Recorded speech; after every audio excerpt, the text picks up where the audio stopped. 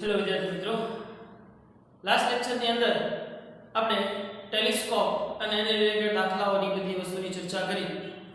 હવે આજનો જે આપણો પોઈન્ટ છે એ તમારા એનસીઈઆરટી ની અંદર આપેલો છે ને, પણ નીટ જેડબલયુ માટે આ ચેપ્ટરનો ખૂબ અગત્યનો પોઈન્ટ છે. પણ કોઈએ એવું પણ ન વિચારવું કે માત્ર નીટ જેડબલયુ માટેનો છે એટલે જો આપણે નીટ જેડબલયુ ન કરતા હોય તો આપણે આ લેક્ચર કઈ ઇમ્પોર્ટન્ટ નથી. પણ ભાઈ ટેક્સ્ટ એક્સરસાઇઝ અને ઇલસ્ટ્રેશન છે ને, પછી આને બેઝ છે. અને ટેક્સ્ટ એક્સરસાઇઝ ઇલસ્ટ્રેશન છે આપણે બોર્ડ માટે પાછા મહત્વના છે. એટલા માટે આ વસ્તુ બધાને જ સમજવી પડશે. એવું નથી ફરજિયાત કે નીટ જેડબલયુ કરતા હોય તો જ ભણવું. બરાબર? તો ટેક્સ્ટ એક્સરસાઇઝ ઇલસ્ટ્રેશન માટે પણ એટલીસ્ટ અમુક બેઝ ક્લિયર હોવો જોઈએ. તો આપણે લાસ્ટ લેક્ચરની અંદર વાત કરી હતી ભાઈ કે આપણે આવી ખૂબસૂરત દુનિયા નિહાળી રહ્યા છીએ just because we have a eye. આપણી પાસે આંખો છે એટલા માટે. અને આ આંખની રચના કેવી છે? અદ્ભુત છે ભાઈ રચના. એ આંખની રચના છે એ આપણે આજે સમજવાની છે અને આંખોમાં ઉદ્ભવતી નાની મોટી ખામીઓની ચર્ચા કરવાની છે. તો સૌથી પહેલા તો તમને જે આપેલી છે આકૃતિ માનવ આંખની, આ આકૃતિ કઈ તમારે એવું નથી કે એક્ઝામમાં પૂછે તો આકૃતિ દોરવાની કે એવું નથી. મહત્વ નથી. આકૃતિ માત્ર સમજણ માટે છે. બરાબર? તો તમને આકૃતિની અંદર આંખનો આડછેદ આપેલો છે. હવે જે આપણી આ આંખ છે એ આંખને માનો મેં બહાર કાઢી અને હું ઝૂમ કરું છું, આપણી આંખનો ટોળો સહિત મેં બહાર કાઢી છે.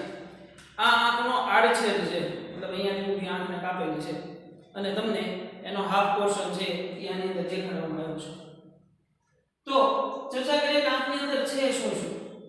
સૌથી પહેલા બહારનું કોર્નિયાનું પડ. હવે કોર્નિયા છે ને એટલે બીજું કાંઈ નથી ભાઈ. કોર્નિયાનું જે પડ છે એ માત્ર એક પારદર્શક પટલ કહીએ ને કોઈ વાંધો નથી.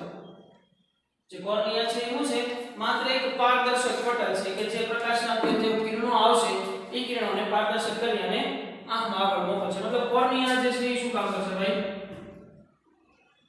એક પારદર્શક પડદા તરીકે વર્તશે. એક પારદર્શક પડદો છે એમ કહી લો તો ચાલે. એની પછી સેકન્ડ વસ્તુ આગળ આવે છે આંખની કીકી અથવા તો પ્યુપિલ. હવે આ કીકી જે છે ને એ બહુ ખાસ મહત્વની વસ્તુ છે. તમે ધ્યાનથી જોશો ભાઈ તો આપણા આંખની અંદર જે વચ્ચેનો જે આપણી પાસે બ્લેક કલરનો જે ભાગ છે એ બ્લેક કલરની ઉપર આવેલું પડ કોર્નિયા જે પારદર્શક પડદો છે એની અંદર હવે તમે ધ્યાનથી જોશો ને તો આ આંખની આખી જે કાળા કલરનું જે તમને ટપકું દેખાય છે એની અંદર એક નાનકડો અમસ્તો બ્લેક ડોટ છે. ઈ જે બ્લેક ડોટ છે એ બીજું કાંઈ નથી. ઈ બ્લેક ડોટ નથી, ઈ ખરેખર એક હોલ છે, છિદ્ર છે એક, જેને શેના તરીકે ઓળખવામાં આવે છે? કીકી તરીકે ઓળખવામાં આવે છે. હવે ઈ હોલની સાઈઝ નાની મોટી થશે ભાઈ. કેમ કે ભાઈ તમે સમજી શકો કે જો હોલની સાઈઝ નાની હશે તો એને અકોર્ડિંગ પ્રકાશના કિરણો છે અંદર જશે. જો હોલની સાઈઝ મોટી હશે મતલબ કીકીની સાઈઝ મોટી હશે તો વધારે પ્રમાણમાં પ્રકાશના કિરણો છે અંદર જશે. તો આ જે કીકી જે છે એની સાઈઝ નાની કે મોટી કરવાનું કામ કોણ કરે છે? તો કે એનું કામ જે છે એ આઈરિસ કરે છે. આઈરિસ શું કરે છે ભાઈ કામ? તો કે કીકીને નાની કે મોટી કરવાનું કામ કરે છે. એટલે કીકી એટલે ખાસ તમારે ખાસ સમજી લેવાનું છે કે એક છિદ્ર છે. કીકી એટલે કોઈ લેન્સ ન સમજવો, ખાસ સમજો. કીકી છે એ શું છે? આ પારદર્શક પડદાની અંદર આવેલું એક નાનકડું અમસ્તું છિદ્ર છે જેમાંથી પ્રકાશના કિરણો અંદર પસાર થશે. અને ઈ છિદ્રને નાનું કે મોટું કરવું જરૂરિયાત પ્રમાણે ઈ કામ કોણ કરશે? આઈરિસ કરશે. એની પછી અંદર આવેલો છે એક લેન્સ. હવે બેઝિકલી આ લેન્સ છે ઈ કાઈ કાચનો બનેલો નથી, પણ કાચ જેવા જ વક્રી ભ્રમણાંક ધરાવતું એક જેલી દ્રવ્યનો બનેલો છે. બરોબર? જે આંખની અંદર જે કીકીની પાછળ જે છે આજે આપણી કીકી જે છે એ કીકીની પાછળ રહેલો લેન્સ છે એ કોઈ કાચનો નહીં પણ કાચના જેવો જ દ્રવ્યનો વક્રી ભ્રમણાંક ધરાવતા એક જેલીનો બનેલો લેન્સ છે. જે શું કરે છે? આમાંથી પ્રકાશના કિરણો આવશે એને ક્યાં કેન્દ્રિત કરશે. હવે ઈ કઈ જગ્યાએ કેન્દ્રિત કરશે? ઈ કેન્દ્રિત કરશે આપણા આંખના આ જે લેન્સ છે એની પાછળનો એક સ્નાયુમય પડદો. સ્નાયુમય પડદો જેને કહેવામાં આવે છે રેટિના. એને આપણે કહીએ છીએ સ્નાયુમય પડદો. હવે આ પડદો શું કરે છે? આ પ્રતિબિંબને ઝીલે છે અને આ સ્નાયુની અંદર કેવા પ્રકારના સ્નાયુ આવ્યા છે એની આપણે આગળ ચર્ચા કરીએ. તો તમારી ફાઇનલ ઇમેજ છે એ ક્યાં રચાવાની છે? રેટિના ઉપર રચાવાની છે. રેટિના ઉપર રચાશે. પણ હવે જે આ લેન્સ છે ઈ લેન્સને કેમ કે જેલીનો બનેલો છે ભાઈ એટલે એને આરામથી તમે નાનો કે મોટો કરી શકો જે શેની મદદથી થશે સિલિયરી સ્નાયુની મદદથી થશે ભાઈ સિલિયરી સ્નાયુ શું કરે છે લેન્સને જાડો કે પાતળો કરે છે લેન્સને જાડો કે પાતળો કરે છે હવે તમને ખબર પડી જાય ભાઈ જો લેન્સ જાડો થશે એનો મતલબ શું થશે લેન્સ જાડો થશે મતલબ એની કેન્દ્ર લંબાઈ ઘટશે અને લેન્સ પાતળો થશે મતલબ એમ થશે કે એની કેન્દ્ર લંબાઈ વધશે આ વસ્તુ ખાસ યાદ રાખજો કે લેન્સ જો લેન્સ જાડો હશે તો f જે કેન્દ્ર લંબાઈ છે એ થશે એની ઘટશે અને જો લેન્સ પાતળો હોય તો એની કેન્દ્ર લંબાઈ f છે એ થશે વધશે મતલબ તમને હવે સારી રીતે ખબર પડી ગઈ કે જો ભાઈ માનો કે દૂરથી આવતા પ્રકાશના કિરણો હોય માનો કે મારા માટે ઘણી બધી દૂરની વસ્તુ મારા માટે નજીક બિંદુ 25 સેન્ટીમીટર હોય જે આપણે અગાઉના લેક્ચરમાં વાત કરી છે કે માનવ આંખ માટે નજીક બિંદુ કેટલું છે 25 સેન્ટીમીટર છે 25 સેન્ટીમીટર કરતા વધારેનું અંતર છે ને એના કરતા ખૂબ મોટું વધારે અંતર હોય ને તો એનું નજીક એને અનંત અંતર લઈશું તો ખૂબ દૂરની વસ્તુમાંથી આવતા પ્રકાશના કિરણો ક્યાં સૌથી પહેલા પસાર ક્યાં સૌથી પહેલા આપાત થશે કોર્નિયામાં આપાત થશે કોર્નિયા દ્વારા શું થશે ઈ પ્રકાશને આ કીકીમાં મોકલવામાં આવશે અને કીકીમાંથી લેન્સમાં અને લેન્સમાંથી આગળ પ્રતિબિંબ ક્યાં રચાશે રેટિના ઉપર રચાશે પણ વસ્તુ જે દૂરની વસ્તુ છે એને મારે સ્પષ્ટ જોવા માટે ભાઈ જરૂરિયાત પ્રમાણે મારે કીકીને પણ નાની મોટી કરવાની જરૂર પડે અને આ લેન્સને પણ જાડો પાતળો કરવાની જરૂર પડે તો ઈ કામ કોણ કરશે તો કે ભાઈ કીકીનું છિદ્ર નાનું કે મોટું કરવા માટે કોણ આઈરિસની મદદથી કીકી જે છે એ નાની કે મોટી છિદ્ર આ છિદ્ર છે એ ખૂબ નાનું હોય ભાઈ જે આઈરિસ છે એ આઈરિસને શું કરશે કીકીનું છિદ્ર વધારે કે નાનું કરશે જો નાનું હશે તો ઓછા પ્રમાણમાં પ્રકાશના કિરણો અંદર પસાર થશે અને એને અકોર્ડિંગ પ્રતિબિંબ રચાશે જો વધારે તીવ્રતાવાળો પ્રતિબિંબ મારે જોતું હોય તો છિદ્ર છે એ કેવું કરવું પડે મોટું કરવું પડે મોટું છિદ્ર થાય એટલે મેક્સિમમ નંબર ઓફ રેઝ એની અંદર ઇન્સિડન્સ થાય maximum number of rays incidence થાય એટલે વધારે તીવ્ર પ્રતિબિંબ છે એ આપણને મળે ક્લિયર નહીં ભાઈ અને આ લેન્સને જાડો કે પાતળો કરવાનું કામ કોણ છે સિલિયરી મસલ સિલિયરી સ્નાયુઓનું સિલિયરી સ્નાયુ શું કરશે લેન્સને જાડો કે પાતળો કરશે જો લેન્સ જાડો થશે તો એનો મતલબ થાય કે એની f ઘટશે અને જો લેન્સ પાતળો થશે તો f વધશે અચ્છા હવે એ વસ્તુ ક્લિયર કરી લઈએ કે નજીક બિંદુ અને દૂર બિંદુ કોને કહેવાય ખાસ સમજવા જેવી વસ્તુ છે કેમ કે દાખલાઓની અંદર ડાયરેક્ટ આમ જ ચોકલેટ આપી દીધી રહેશે નજીક બિંદુ કોને કહેશું અને દૂર બિંદુ કોને કહેશું ભાઈ આ વસ્તુનું પ્રમાણ જે છે એ દરેક વ્યક્તિ માટે અલગ અલગ હોય તમારા માટે નજીક બિંદુ કઈ અલગ હોય દૂર બિંદુ અલગ હોય મતલબ નજીક બિંદુ મતલબ કે મહત્તમ નજીક જોઈ શકવાની ક્ષમતા એને શું કહેવાય છે એનું નજીક બિંદુ કે મહત્તમ કેટલું નજીક છે કે મહત્તમ કેટલી નજીક રહેલી વસ્તુને જોઈ શકાય છે એને એનું નજીક બિંદુ કહેવામાં આવે છે અને દૂર બિંદુ મતલબ મહત્તમ દૂર જોઈ શકવાની ક્ષમતા તો કે ભાઈ તમે કેટલું મહત્તમ દૂર સુધી જોઈ શકો છો એને કહેવાય છે એની દૂર બિંદુ મતલબ માનો કે હું કોઈ 50 સેન્ટીમીટર દૂર જોઈ શકતો હોઉં તો એનો મતલબ શું થાય છે કે મારું મહત્તમ દૂર જોવાની ક્ષમતા કેટલી છે 50 સેન્ટીમીટર હોય નજીક બિંદુ હું હોય કેટલું નોર્મલી આપણે નજીક બિંદુ કેટલું લઈએ છીએ જો ભાઈ આ ખાસ યાદ રાખજો નોર્મલી માનવ આંખ માટે નજીક બિંદુ છે એ કેટલું સેન્ટીમીટર 25 સેન્ટીમીટર લઈએ છીએ અને નોર્મલી માનવ આંખ માટે દૂર બિંદુ છે એ કેટલું અનંત અંતર લઈએ છીએ આ ખાસ યાદ રાખવાનું છે કે આપણે મહત્તમ કેટલું નજીક જોઈ શકીએ 25 સેન્ટીમીટર 25 સેન્ટીમીટર કરતા વધારે નજીક જોવા જાવ તો તમને વસ્તુ કદાચ દેખાય તો ખરી પણ એનું સ્પષ્ટ પ્રતિબિંબ તમને જોવા મળે નહીં તો મહત્તમ નજીક બિંદુ સામાન્ય પુખ્ત વયના વ્યક્તિ માટે 25 સેન્ટીમીટર હોય છે અને દૂર બિંદુ મોટા ભાગે અનંત અંતર હોય છે એટલે આ બે શબ્દો ખાસ ક્લિયર કરો આગળ દાખલાઓમાં મહત્તમ નજીક બિંદુ દૂર બિંદુ આપેલા છે એટલે નજીક બિંદુ કે એટલે સમજી જવાનું કે મહત્તમ નજીક જોઈ શકવાની ક્ષમતા જે સામાન્ય આંખ માટે 25 સેન્ટીમીટર હોય છે અને દૂર બિંદુ મતલબ મહત્તમ દૂર જોઈ શકવાની ક્ષમતા અનંત અંતર મતલબ વસ્તુ જ્યારે તમારી 25 સેન્ટીમીટર દૂર હશે ત્યારે તમે ક્લિયર જોઈ શકો છો માનો કે કોકનું નજીક બિંદુ છે 50 સેન્ટીમીટર હોય તો વસ્તુ એનાથી 50 સેન્ટીમીટર દૂર હશે ત્યારે એ વસ્તુ વધારે ક્લિયર જોઈ શકે. માનો કે એની દૂર બિંદુ છે એ અનંત અંતર, દૂર બિંદુ તમને ચોખર કરી દૂર બિંદુ માટે તો અનંત અંતર આવશે સીધું, એટલે કાંઈ નહીં ખબર પડે, એક પડી જશે. ક્લિયર ભાઈ એટલી વસ્તુ. હવે આ બધા જ સ્નાયુઓના બધી વસ્તુ જો આપણે સ્વસ્થ વ્યક્તિની વાત કરીએ ને તો લેન્સ છે જરૂરિયાત પ્રમાણે જો જાડો પાતળો થતો હોય જે આઈરિસની મદદથી છે. અચ્છા આપણે ઘણી વખત એવું ગઈઢા માણસો પાસેથી સાંભળેલું હોય કે ભાઈ આની તો આંખો સુકાઈ ગઈ. આંખો સુકાઈ ગઈ મતલબ શું થાય કે એને હવે બધું ધૂંધળું દેખાવા મળ્યું છે.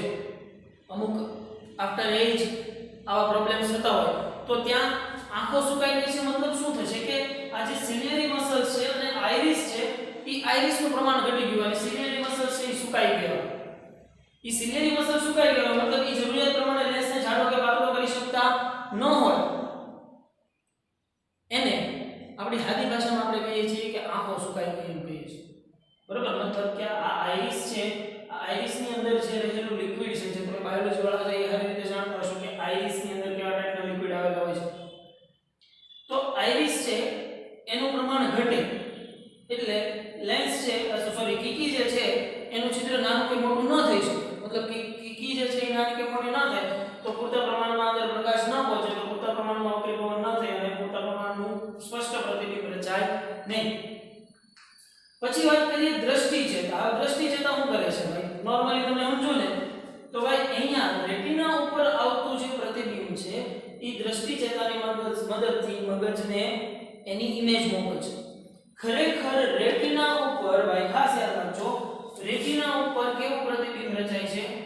ઉલટું પ્રતિબિંબ રચાય છે. આ ઉલટા પ્રતિબિંબને જે ચેતાતંત્ર છે એની મદદથી આપણે ચત્તું જોઈએ છીએ. મગજ એની પ્રોસેસ કરી અને એ પ્રતિબિંબ આપણને ચત્તું દેખાડે છે. બાકી ખરેખર જો રેટિના ઉપર મળતું પ્રતિબિંબ ઓબ્ઝર્વ કરવામાં આવે તો રેટિના ઉપર પ્રતિબિંબ હંમેશા કેવું મળે છે?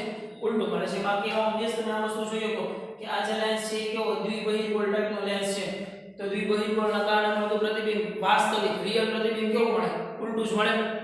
આપણે લેન્સીસની અંદર ચર્ચા કરી ગયા. બાકી જો આભાસી પ્રતિબિંબ હોય તો આભાસી પ્રતિબિંબ કેવું મળે? ચત્તું મળે. ક્લિયર એટલી વસ્તુ ભાઈ? તો આમાં દરેક વસ્તુનો ઉપયોગ, દરેકનું કામ શું છે એ બધી વસ્તુ ખાસ સરખી રીતે આપણે ખબર હોવી જોઈએ. અચ્છા, હવે આની બે નોર્મલ ખામીઓ જે લઘુ દ્રષ્ટિ અને ગુરુ દ્રષ્ટિ તમે ધોરણ 10 ની અંદર અભ્યાસ કરી ચૂક્યા છો એની વસ્તુને આપણે ઝડપથી અહીંયા જોઈ લઈએ કે લઘુ દ્રષ્ટિની ખામી એટલે શું થશે. તો જોઈએ ભાઈ ખામી લઘુ દ્રષ્ટિની. સૌથી પહેલા લઘુ દ્રષ્ટિની અંદર શું થશે? સૌથી પહેલા જો માનો કે કોઈ આપણે એક માનવ આંખ હોય, આપણી માનવ આંખ હોય ભાઈ, માનવ આંખની અંદર આપણે જોઈએ તો આ જે છે એ શું થશે? એની કીકી થશે અને અહીંયા જે છે એ શું છે? અંદરનો લેન્સ છે. હવે માનો કે લઘુ દ્રષ્ટિની ખામીની અંદર શું થાય છે? સૌથી પહેલા તો લઘુ દ્રષ્ટિની ખામીની અંદર છે ને જે દૂરની વસ્તુ છે ને, દૂરની વસ્તુ અસ્પષ્ટ બને. હવે દૂરની વસ્તુ અસ્પષ્ટ બની મતલબ માનો કે અહીંયાથી સમાંતર પ્રકાશના કિરણો જે આવે છે આ સમાંતર પ્રકાશના કિરણો ખરેખર ક્યાં રચાવવા જોઈએ? પ્રતિબિંબ ક્યાં રચાવવું જોઈએ? અહીંયા રેટિના ઉપર રચાવવું જોઈએ ભાઈ. પરંતુ રેટિનાની પહેલા જ રચાઈ જાય છે. તો રેટિનાની પહેલા પ્રતિબિંબ રચાઈ જાય મતલબ શું થશે? તમે જુઓ, રેટિનાની પહેલા જ પ્રતિબિંબ અહીંયા રચાઈ ગયું. મતલબ કે આ લેન્સ છે ઈ જરૂરિયાત મુજબ પાતળો ન થયો, પાતળો ન થાય અથવા તો એમ કહેવાય કે જાડો જ રહે. તો જે જાડો લેન્સ હશે ભાઈ એની કેન્દ્ર લંબાઈ છે એ કેવી હશે? ઓછી હશે. તો એની કેન્દ્ર લંબાઈ ઓછી હશે એટલે મતલબ એમ થશે કે f જે છે એ કેવી થશે? ઓછી થશે. જે કે અનંત અંતરાલ પ્રકાશના કિરણો છે એ ક્યાં કેન્દ્રિત થાય? f ઉપર કેન્દ્રિત થાય. હવે જો અહીંયા જે સિલિયરી મસલ્સ છે આ સિલિયરી મસલ્સની મદદથી લેન્સ જરૂરિયાત મુજબ પાતળો ન થાય અને જાડો જ રહે તો એનો મતલબ એમ થાય છે કે દૂરથી આવતા પ્રકાશના કિરણો છે એનું સ્પષ્ટ પ્રતિબિંબ રચાશે નહીં. કેમ કે જાડો લેન્સ હોય તો એની f છે એ કેવી હોય? ઓછી હોય. જાડા લેન્સ માટેની f ઓછી મતલબ કે પ્રતિબિંબ છે એ રેટિનાની આગળ રચાશે. ક્યાં રચાશે પ્રતિબિંબ? રેટિનાની આગળ પ્રતિબિંબ રચાશે. પ્રતિબિંબ ક્યાં રચાણું રેટિનાની આગળ રચાણું તો હવે આ વસ્તુના નિવારણ માટે શું કરવું જોઈએ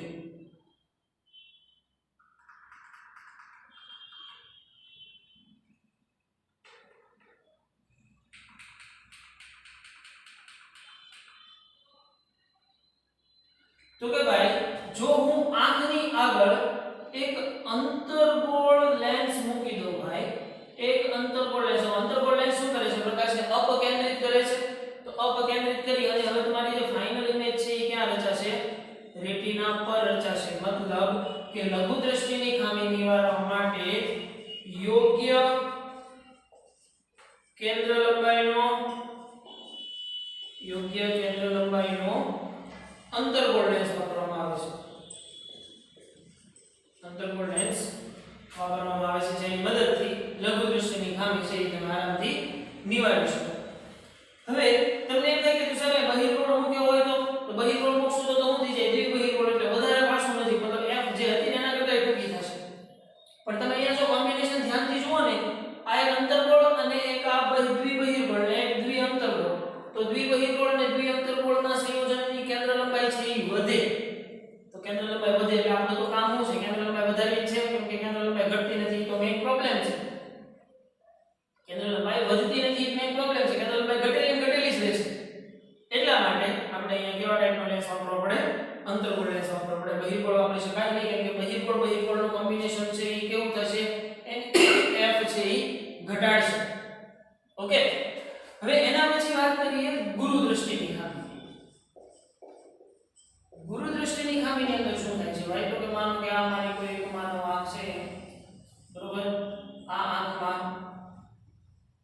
માનો કે આ કીકી છે અને આ જે છે એની પાછળનો લેન્સ છે અને આ પાછળનો પડદો જેને આપણે શું નામ આપ્યું છે રેટિના હવે લઘુ દ્રષ્ટિ કઈ ખામી હતી કે દૂરની વસ્તુ અસ્પષ્ટ બને તો ગુરુ દ્રષ્ટિ છે એ કઈ ખામી છે ભાઈ કે નજીકની વસ્તુ છે એ અસ્પષ્ટ બને નજીકની વસ્તુ અસ્પષ્ટ બને હવે નજીકની વસ્તુ અસ્પષ્ટ ક્યારે બને પેલા આપણે કે માનો કે અહીંયાથી આવતા જે પ્રકાશના કિરણો જે છે નજીકની વસ્તુમાંથી આવતા પ્રકાશના કિરણો છે એ ખરેખર રેટિના ઉપર કેન્દ્રિત થવાને બદલે રેટિનાથી પાછળ કેન્દ્રિત થાય છે મતલબ એમ થાય કે અહીંયા ખૂબ ઓછું વક્રીભવન થાય છે જો તમે અહીંયા જુઓ ને તો અહીંયા એક પોઈન્ટ એવો એડ કરી થાય કે વધુ વક્રીભવન થાય છે અહીંયા એમ કહીએ ભાઈ કે વધુ વક્રીભવન થાય છે જ્યારે અહીંયા તમે એમ કહી શકો કે ખૂબ જ ઓછું વક્રીભવન થાય છે કેમ કે ઓછા વક્રીભવનના કારણે તે પ્રકાશના કિરણો છે એની f છે એ મોટી થાય ને આગળ લેન્સીસના એના રિલેશન આપણે ત્યારે વક્રીભવન ને f ની બધા વચ્ચેના સંબંધો મેળવવા તો આમાં એક્ઝેક્ટ પ્રોબ્લેમ શું થતો હશે તો કે ભાઈ વધારે પડતો સોરી ખૂબ જ ઓછો વક્રીભવન થવા પાછળનો પ્રોબ્લેમ શું થતો હોય કે લેન્સ કેવો રહેતો હોય પાતળો જ રહેતો હોય મતલબ જરૂરિયાત પ્રમાણે જાડો ન થતો હોય મતલબ લેન્સ જરૂરિયાત મુજબ જાડો ન થાય મતલબ કેવો રહેશે પાતળો જ રહે તો હવે જો પાતળો લેન્સ હોય તો પાતળા લેન્સની f કેવી છે વધશે મતલબ પાતળા લેન્સની f કેવી હશે મોટી હશે તો જો તમને મળી અહીંયા f ખૂબ મોટી મળી કે નહીં તો લેન્સ જો જરૂરિયાત પ્રમાણે જાડો ન થાય તો પ્રતિબિંબ છે એ ક્યાં રચાશે રેટિનાની પાછળ રચાશે રેટિનાની પાછળ પ્રતિબિંબ રચાય તો હવે પ્રતિબિંબ ક્યાં રચાનું રેટિનાની પાછળ પ્રતિબિંબ રચાણું ભાઈ તો હવે મારે અહીંયા જો પ્રતિબિંબ ક્યાં લઈ આવવું છે f ઘટાડવી છે f ઘટાડવી હોય તો કેવું કોમ્બિનેશન કરવું પડે ભાઈ બે બહિર્ગોળનું કોમ્બિનેશન કરવું પડે કે નહીં તો આ જે ટાઈપની ખામી છે એ નિવારવા માટે ભાઈ યોગ્ય કેન્દ્ર લંબાઈનો બહિર્ગોળ લેન્સ વાપરવામાં આવે છે અને આમાં વક્રીભવન છે એ કેવું થાય છે ઓછું વક્રીભવન થાય છે ક્લિયર ભાઈ આ બે ટાઈપની ખામીઓ અને આની અંદર લેન્સ જાડા પાતળાની અંદર છે તમે આમ યાદ રાખી લો ભાઈ કે જો લેન્સ જાડો હશે તો એની f જે છે એ કેવી હશે ઓછી હશે અને જો લેન્સ પાતળો હશે તો એની f છે એ કેવી હશે વધારે હશે ખાસ આ વસ્તુ યાદ રાખજો કે લેન્સ છે એ જો જાડો હશે તો f ઓછી હશે અને પાતળો હશે તો f વધારે હશે તો એને અકોર્ડિંગ ખાલી તમને આરામથી આ બધી વસ્તુઓ છે એ ક્લિયર થઈ જાય ખાસ આ જે તફાવત છે ને ભાઈ એ તમારે બધાને એક વખત નોટ ડાઉન કરી લેવાનો છે કેમ કે તમારી NCERT ની અંદર આની આ વસ્તુ છે ને બે પેરેગ્રાફમાં બતાવી દીધેલી છે ટૂંકમાં આવું થાય છે પણ આવું હું કામ થાય છે એ નથી ખબર બરાબર એટલે એવું હું કામ થાય છે એના માટે આ f નો સંબંધ આપણને ખબર હોવો જોઈએ અને f ના સંબંધના આધારે વક્રીકોણનો સંબંધ ખબર હોવો જોઈએ અને હું કામ અહીંયા અંતર્ગોળ તો હું કામ અહીંયા બહિર્ગોળ તો આપણે શું કીધું ભાઈ અહીંયા કે અહીંયા મારે f વધારે છે f ક્યારે વધે જ્યારે કોમ્બિનેશન કેવું થાય દ્વિ અંતર્ગોળ દ્વિ બહિર્ગોળનું કોમ્બિનેશન થાય ત્યારે f વધશે આપણે મેળવી હતી ને પરિણામી કેન્દ્ર લંબાઈ 1/f 1/f1 + 1/f2 ની રીતે અને અહીંયા મારે શું કરવું છે કેન્દ્ર લંબાઈ ઘટાડવી છે કેન્દ્ર લંબાઈ ઘટાડવી છે ઇન ધ સેન્સ કે પ્રતિબિંબ નજીક લઈ આવવું છે તો પ્રતિબિંબ નજીક લઈ આવવા માટે મારે અહીંયા કેવો દ્વિ બહિર્ગોળનું કોમ્બિનેશન કરવું છે જેની પરિણામી f છે એ કેવી થાય ઘટે મતલબ વધારે વક્રીભવન થાય છે કે અહીંયા થાય છે કેવું ઓછું વક્રીભવન થાય છે એટલે મારે વધારે વક્રીભવન કરી અને નજીક પ્રતિબિંબ લઈ આવવું છે ક્લિયર ભાઈ તો આની પછીની એક ખામી છે જે એસ્ટેગ્મિઝમ હવે એની અંદર તમે જોવો ને તો ખાલી એને જસ્ટ તમારે વન ટાઈમ રીડ કરી જવાની છે કે ભાઈ આપણે નોર્મલી ઘણી વખત સાંભળ્યું હોય કે ખૂબ જ જાળી હોય ઝીણી જાળીઓ હોય કે જેમાં ઊભા તાર અને આડા તાર હોય તો અમુક વ્યક્તિઓ જે છે એને અમુક ઊભા તાર જ દેખાય અમુક આડા તાર જ દેખાય તો એની પાછળનું રીઝન શું છે તો એની પાછળનું રીઝન જો તમે આંખ હરખી સમજાવો ને તો તમને સમજાય છે ભાઈ કે જે કોર્નિયા છે કોર્નિયા અને જે તમારો લેન્સ છે એ બંને જો એકબીજાને પેરેલલ હશે સમાંતર બધી રીતે હોરિઝોન્ટલ રીતે અને લંબ રીતે જો બે રીતે એકબીજાને સમાંતર હશે ને તો બે તારો આડા ઊભા બે તારો સ્પષ્ટ દેખાશે પણ જો તમારી આંખની રચના જો ભાઈ એ વસ્તુ તમે જો સમજવા બેઠો ને તો બહુ ઊંડી થાય એ વાત કે ભાઈ આપણે જે આપણી આંખને આવી ગોળાકાર લઈ લઈએ છીએ ગોળાકાર ક્યારે લઈ શકાય કે મતલબ કે એની આ કર્વ સરફેસ કે પછી આખું જો તમે 3D માં વિચારતા હો તો એની આ કર્વ સરફેસ અને આ કર્વ સરફેસ બંને જો સમાન અક્ષ ઉપર હોય ને તો એ પરફેક્ટ આઈ કહેવાય પણ ઘણી વખત આ જે આપણે જેના હિન્દી ભાષામાં ડોળો કહીએ છીએ જો ડોળો થોડો પણ લંબગોળ હશે અથવા તો આ રીતે લંબગોળ હોય અથવા તો આ રીતે લંબગોળ હોય તો એની અંદર મોસ્ટ ઓફલી કેવી ખામીઓ ઉદ્ભવે છે એસ્ટિગ્મેઝમની ખામીઓ ઉદ્ભવે છે જેની મદદથી વસ્તુઓમાંથી આવતા સમાંતર કોકને સમાંતર પ્રકાશના કિરણો છે એ સરખા દેખાય મતલબ એને સમાંતર રહેલી વસ્તુઓ ક્લિયર દેખાય પણ એને હોરિઝોન્ટલ લંબ રહેલી વસ્તુઓ છે એને જોઈ શકાય નહીં તો એ પ્રકારની ખામીને આપણે એસ્ટિગ્મેઝમ કહીશું તો માનવ આંખ આપણે જોઈ લીધી ભાઈ ખાસ દરેકનું કામ યાદ હોવું જોઈએ ભાઈ કોર્નિયા છે એ શું કરે છે એક પારદર્શક પડદો છે એ જે ખરેખર એક જોતા આંખનું રક્ષણ કરે છે એમ કહીએ તોય ચાલે એની પછી કીકી છે એ શું છે કે આપણી આંખનું જે મેં કીધું એની જેમ જે આ કાળો ટપકું તમને દેખાય છે એની અંદર રહેલો એક નાનો અમથો ડોટ જે ખરેખર ડોટ નથી શું છે એક છિદ્ર છે જેને આપણે કીકી અથવા તો પ્યુપિલ કહીએ છીએ હવે એ કીકીને નાની કે મોટી મતલબ એ છિદ્રને નાનું કે મોટું કરવાનું કામ કોણ કરે છે આઇરિસ કરે છે આઇરિસની મદદથી આ જે છિદ્ર જે છે એ નાનું કે મોટું થાય જેની મદદથી અંદરથી આવતી પ્રકાશની માત્રા નિયંત્રણ કરી શકાય હવે કીકીની એક્ઝેક્ટ પાછળ છે એ લેન્સ આવેલો છે જે કાચના દ્રવ્ય જેટલો છે તો તેના કરતાં વધુ વક્રીભવનાંક ધરાવતો જેલી દ્રવ્ય છે હવે આ લેન્સને જરૂરિયાત પ્રમાણે જાડો કે પાતળો કરવાનું કામ કોણ કરે છે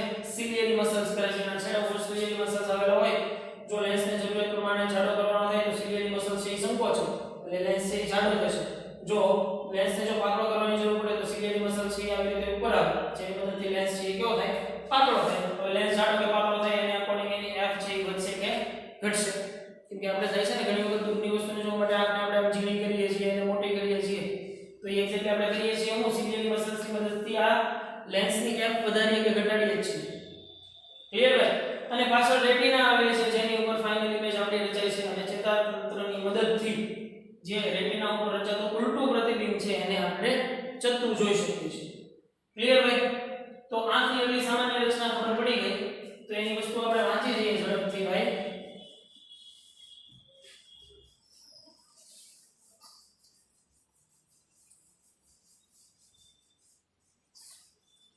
કે સૌપ્રથમ પ્રકાશ વક્ર સપાટીની કોર્નિયા મતલબ કણિકામાંથી પસાર થઈને આંખમાં પ્રવેશે છે ત્યારબાદ પ્રકાશ આઇરિસના કેન્દ્ર ઉપર રહેલા પ્યુપિલ અથવા તો કીકીમાંથી પસાર થશે સ્નાયુઓના યોગ્ય નિયમનથી કીકીનું પરિમાણ જરૂર બદલાય છે કીકીનું પરિમાણ મતલબ છિદ્રની રેડિયસ છે એ જરૂરિયાત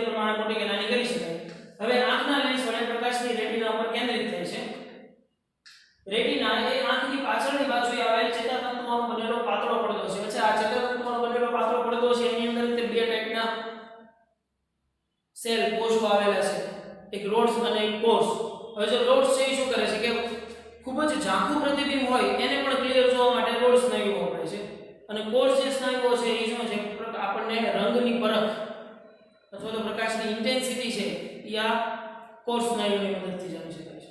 મતલબ ઘણા બધાને હોય ને કે રંગોનો અંધાપો હોય ઘણાને, કે અમુક રંગોમાં એ કન્ફ્યુઝ હોય. માનો કે બ્લુ અને પર્પલ હોય તો એને બ્લુ અને પર્પલ સરખા જ દેખાય, તો એને એનો રંગનો અંધાપો કહેવામાં આવે. તો એનો મતલબ શું થાય કે એના જે કોર્સ સ્નાયુઓ છે એ નબળા પડી ગયા, જેની મદદથી એને આવી બે ફાઇન લાઇન પર્પલ અને બ્લુ વચ્ચેની ન દેખાતી, ઘણાને ઓરેન્જ અને યલો વચ્ચેની ન દેખાતી. તો ઈ જે છે એ આ રેટિનાની અંદર આવેલા જે સ્નાયુઓ છે એની અંદરના કોષો છે કે જે રોડ છે એ શું કરે છે, ખાલી ઝાંખા પ્રકાશનું પ્રતિબિંબ છે એ આપણે વધારે ક્લિયર જોવા માટે, અને જે કોષ છે એ શું કરે છે, રંગોની પરખ અને તીવ્ર પ્રકાશની પરખ આપે છે.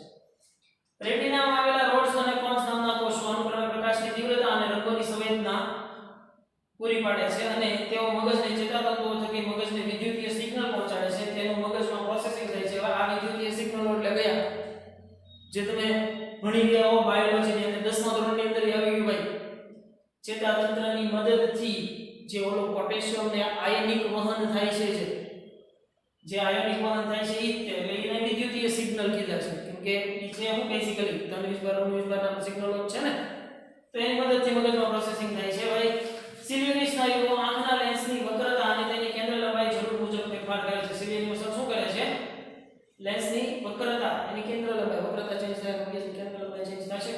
દાખલા તરીકે આંખની સામાન્ય સ્થિતિમાં કેન્દ્ર લંબાઈ 2.5 સેન્ટીમીટર હોય છે, અને અનંત અંતરે મતલબ ખૂબ દૂર રહેલી વસ્તુનું પ્રતિબિંબ રેટિના ઉપર કેન્દ્રિત થાય છે. વસ્તુને જ્યારે નજીક લાવવામાં આવે ત્યારે પ્રતિબિંબ લેન્સ વચ્ચેનું અંતર જાળવી રાખવા માટે આંખના લેન્સની કેન્દ્ર લંબાઈ ઘટાડવાનું કાર્ય સિલિયરી મસલ્સ કરે છે. આંખના આ ગુણધર્મને સમાયોજન અથવા અનુકૂલન અથવા તો ફ્લેક્સિબિલિટી કહે છે. સિલિયરી મસલ્સની મદદથી એની કેન્દ્ર લંબાઈ વધારવી કે ઘટાડવી એને શું કહેવામાં આવે છે, એનું સમાયોજન અથવા તો એની ફ્લેક્સિબિલિટી કહેવામાં આવે છે. વસ્તુને જ્યારે ખૂબ નજીક લાવવામાં આવે છે ત્યારે લેન્સ વધુ વક્ર થઈ શકતો નથી અને પ્રતિબિંબને રેટિના ઉપર કેન્દ્રિત કરી શકતો નથી, તેથી પ્રતિબિંબ અસ્પષ્ટ દેખાય છે. જે લઘુત્તમ અંતર સુધી આંખનો લેન્સ પ્રતિબિંબને રેટિના ઉપર કેન્દ્રિત કરી શકે તે અંતરને નજીક બિંદુ કહે છે. ભાઈ ખાસ નજીક બિંદુ, આ વસ્તુ ખાસ નોટ કરવા જેવી છે. નજીક બિંદુ કોને કહેવાય છે કે આંખનો લેન્સ પ્રતિબિંબને રેટિના ઉપર કેન્દ્રિત કરી શકે જે લઘુત્તમ અંતર સુધી, મતલબ મહત્તમ નજીક, ઓછામાં ઓછું નજીક જોઈ શકવાની ક્ષમતા, જેને એનું નજીક બિંદુ કહીશું. અને જે મહત્તમ અંતર સુધી આંખનો લેન્સ પ્રતિબિંબને રેટિના ઉપર કેન્દ્રિત કરી શકે તે અંતરને દૂર બિંદુ કહેવામાં આવે છે. જો આપણે કીધું ને મહત્તમ દૂર જોઈ શકવાની ક્ષમતાને એની દૂર બિંદુ કહેવામાં આવે છે. નજીક બિંદુ મતલબ મહત્તમ નજીક જોઈ શકવાની ક્ષમતા. સામાન્ય દ્રષ્ટિ માટે નજીક બિંદુ અંતર 25 સેન્ટીમીટર લેવામાં આવે છે અને દૂર બિંદુ અંતર અનંત અંતર લેવામાં આવે છે. ઉંમર વધવાની સાથે નજીક બિંદુ અંતર વધતું જાય છે કારણ કે સિલિયરી મસલ્સના સ્નાયુઓ તથા લેન્સની પરાવર્તન ક્ષમતા છે એ નબળી પડે છે. 10 વર્ષના બાળક માટે આ અંતર 7 સેન્ટીમીટરથી 8 સેન્ટીમીટર અને 60 વર્ષની ઉંમર માટે 200 સેન્ટીમીટર જેટલું થઈ શકે છે. આમ મોટી ઉંમર ધરાવતી વ્યક્તિ પુસ્તકને 25 સેન્ટીમીટર અંતરે રાખીને વાંચે ત્યારે પ્રતિબિંબ અસ્પષ્ટ થાય છે. મતલબ એ આંખની એક ખામી છે જેને શું કહેવામાં આવે છે, પ્રિબાયોપિયા. આ ખામીને દૂર કરવા વાંચવા માટે અભિસારી લેન્સ વપરાય છે, જે આદિ ભાષામાં આપણે ઓલા બિલોરી કાચ કહીએ છીએ તે. આમ આપણી આંખ એ આંખમાં પ્રવેશતા વિદ્યુત ચુંબકીય તરંગોનું જટિલ પ્રક્રિયાઓ દ્વારા અર્થઘટન કરતું અદ્ભુત અંગ છે. આમ આંખને જાળવવી જોઈએ, બરોબર, આંખને કઈ થવું જોઈએ નહીં. હવે આંખમાં ખામી ઉદ્ભવી શકે કઈ કઈ, તો કે દાખલા તરીકે દૂરની વસ્તુમાંથી આવતા આંખના લેન્સ પર આપાત થતા કિરણો વધુ પડતું અભિસરણ, વધુ પડતું વક્રીભવન અનુભવીને રેટિનાની સામે કેન્દ્રિત થાય તો આ પ્રકારની ખામીને લઘુ દ્રષ્ટિ કહેવામાં આવે છે. તેનો અર્થ એવો થાય કે આંખોનો લેન્સ આપાત કિરણપુંજનું વધુ અભિસરણ કરે છે. જો ખરેખર અહીં આપણે વાત કરીએ ને વધુ અભિસરણ કરવું મતલબ શું થશે, વધુ વક્રીભવન કરવું. વધુ વક્રીભવન થાય પ્રતિબિંબ રેટિનાની આગળ રચાય છે. એટલે આ પ્રકારની ખામીને કેવી ખામી કહેવાય છે, આપણે લઘુ દ્રષ્ટિની ખામી કહેવામાં આવે છે. કે આંખનો લેન્સ આપાત કિરણનું વધુ અભિસરણ કરે છે. આ ખામી સુધારવા માટે આપણે આંખ અને વસ્તુની વચ્ચે યોગ્ય કેન્દ્ર લંબાઈનો અંતરગોળ લેન્સ રાખવો પડે કે જેથી તે મુજબ આપાત કિરણપુંજને અપકેન્દ્રિત કરીને પ્રતિબિંબને રેટિના ઉપર લાવી શકાય. જેની આકૃતિ B છે એ તમને આપી દીધેલી છે. સેમ તેવી જ રીતે આંખનો લેન્સ પ્રતિબિંબને રેટિનાની પાછળ કેન્દ્રિત કરતો હોય તો આ ખામી સુધારવા માટે યોગ્ય કેન્દ્ર લંબાઈનો અભિસારી લેન્સ વાપરવામાં આવે છે. આ ખામીને દૂરદૃષ્ટિની ખામી કહે છે, જેની ચર્ચા આપણે અહીંયા કરી ચૂક્યા. બીજી એક સામાન્ય ખામી છે એસ્ટિગ્મેટિઝમ, જે કોર્નિયાના ગોળાકાર ન હોવાના કારણે છે. કે આપણે આ ખરેખર આપણો જે આંખનો ડોળો છે ગોળાકાર હોવો જોઈએ, પણ ભાઈ ઘણા મેક્સિમમ લોકોનો આંખનો જે ડોળો જે છે એ ગોળાકાર નથી હોતો. દરેકમાં કંઈક હોરિઝોન્ટલ ખામી હોય જ છે. હોરિઝોન્ટલ ખામી મતલબ સમક્ષિતિજમાં એકદમ ગોળાકાર નથી હોતો. ના કારણે આ ખામી ઉદ્ભવે છે. દાખલા તરીકે કોર્નિયાની વક્રતા સમક્ષિતિજ સમતલ આ શિરોલમ સમતલમાં વધુ હોય અથવા તેનાથી ઉલટું આવી ખામી ધરાવતી વ્યક્તિ જ્યારે આડા ઊભા તારવાળી જાળી જુએ છે ત્યારે સમક્ષિતિજ અથવા તો શિરોલમ બેમાંથી એક જ સમતલમાં રહેલા તાર જોઈ શકે, મતલબ કાં ઊભા તાર જોઈ શકે કાં આડા તાર જોઈ શકે. તો એસ્ટિગ્મેટિઝમના કારણે એક દિશાની રેખાઓ પર કેન્દ્રિત થાય છે તો તેને લંબ દિશાની રેખાઓ છે અસ્પષ્ટ બને છે, જેની આકૃતિ તમને આપી દીધેલી છે. એસ્ટિગ્મેટિઝમની ખામી દૂર કરવા માટે યોગ્ય અક્ષ અને યોગ્ય વક્રતા ત્રિજ્યા ધરાવતો નળાકાર લેન્સ વાપરવામાં આવે છે. ખાસ આ એક વસ્તુ યાદ રાખી લેવાની કે એસ્ટિગ્મેટિઝમની ખામી દૂર કરવા માટે નળાકાર લેન્સ વાપરવામાં આવે છે. લઘુ દ્રષ્ટિ અને ઉચ્ચ દ્રષ્ટિની ખામીની સાથે આ ખામી ઉદ્ભવી શકે છે. તો ભાઈ આપણે હવે થિયરી જોયા પછી આ લઘુ દ્રષ્ટિ અને ઉચ્ચ દ્રષ્ટિની ખામીના આધારે જે તમારી ટેક્સ્ટ એક્સરસાઇઝ અને ઇલસ્ટ્રેશન છે એના દાખલાઓ જોઈએ. તો એમાં લેવલ 1 એ ટેક્સ્ટ ન્યુમેરિકલમાં જો તમને જે ઇમ્પોર્ટન્ટ છે ફોર જેઈઈ નીટના કોન્સેપ્ટ માટે સમજવા જેવી વસ્તુઓ છે એ તમને એમાં બોક્સ કરીને આપ્યા છે મટીરીયલની અંદર. સમજી લો કે કોઈ એક વ્યક્તિને સ્પષ્ટ જોઈ શકે તે માટે લઘુત્તમ અંતર 50 સેન્ટીમીટર. હવે જો લઘુત્તમ અંતર 50 સેન્ટીમીટર છે મતલબ શું થશે કે નજીક ઓછામાં ઓછું 50 સેન્ટીમીટર અંતર જેટલું અંતર છે એ સ્પષ્ટ જોઈ શકે. મતલબ તમને એનું નજીક બિંદુ આપી દીધેલું છે જે સામાન્ય માણસ માટે 25 સેન્ટીમીટર હોય છે. તો તેના વાંચવા માટેના ચશ્માની કેન્દ્ર લંબાઈ કેટલી હોવી જોઈએ? હવે તમે સમજો ખાલી કે નજીક બિંદુ કોઈ વ્યક્તિ વસ્તુને સ્પષ્ટ જોઈ શકે તે માટે લઘુત્તમ અંતર 50 સેન્ટીમીટર છે. મતલબ વસ્તુ એનાથી 50 સેન્ટીમીટર દૂર હોય ત્યારે એનું પ્રતિબિંબ છે એ સ્પષ્ટ જોઈ શકે છે. તો એની કેન્દ્ર લંબાઈ શોધવાની છે. હવે તો કેન્દ્ર લંબાઈ માટેનું નોર્મલ સમીકરણ આપણે આમ છે 1/f = 1/u minus 1/u થશે. પણ મારી પાસે u કે v કાઈ નથી. તો તમે આની અંદર ખાલી એટલી કોમન વસ્તુ સમજો ને કે આ જે વ્યક્તિ છે ઈ લઘુત્તમ 50 સેન્ટીમીટર સુધીનું અંતર છે એ જોઈ શકે છે.